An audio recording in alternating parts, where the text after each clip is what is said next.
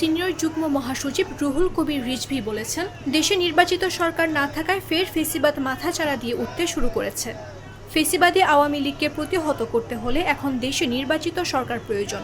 বৃহস্পতিবার বেলা 11:30টায় বরিশাল জেলা ও মহানগর শ্রমিক দলের সমাবেশে এসব কথা বলেন তিনি।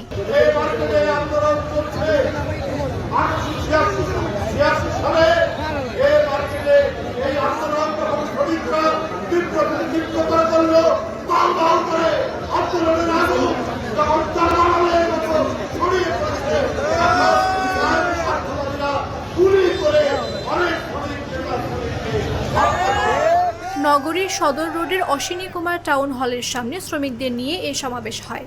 রুহুল কবির রিজভী বলেন, শেখ হাসিনা ওসামা বিন লাদেনের খালাতো বোন 227 মামলার আসামি হয়ে ভারতে পলাতক রয়েছেন। সেখানে থেকে ওসামা বিন লাদেনের মতো ভিডিও বার্তা দিচ্ছেন, আর ওই বার্তায় মামলার বাদীদের ভয়ভীতি দেখানো হচ্ছে। এখন সবচেয়ে বড় যে কাজ তা হচ্ছে শেখ হাসিনার বিচার অনতিবিলম্বে শেষ করা, অন্যথায় দেশে পুনরায় ফেসিবাদ মাথাচাড়া দিয়ে উঠতে পারে। তারা সমাবেশ করার, সংযুক্ত হওয়ার অধিকার দেয়নি, তাদেরকে ট্রেড ইউনিয়ন করার অধিকার দেয়নি। শেখ হাসিনার অত্যাবশ্যকীয় পরিষেবা বিল 2023 একটি আইন করে শ্রমিকদের যে দাবি দেওয়ার যে অধিকার, সেই অধিকার শেখ হাসিনা বন্ধ করেছে।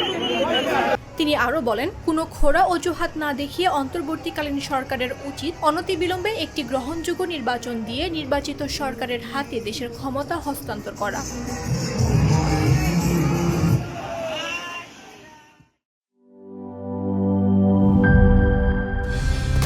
কালার এক্সপার্ট, জর্জ স্যাপ এবং মাইল্ড অন হ্যান্ডস টেকনোলজি সমৃদ্ধ অরিক্স ক্রিস্টাল ওয়াশ আপনার লন্ড্রি এক্সপার্ট।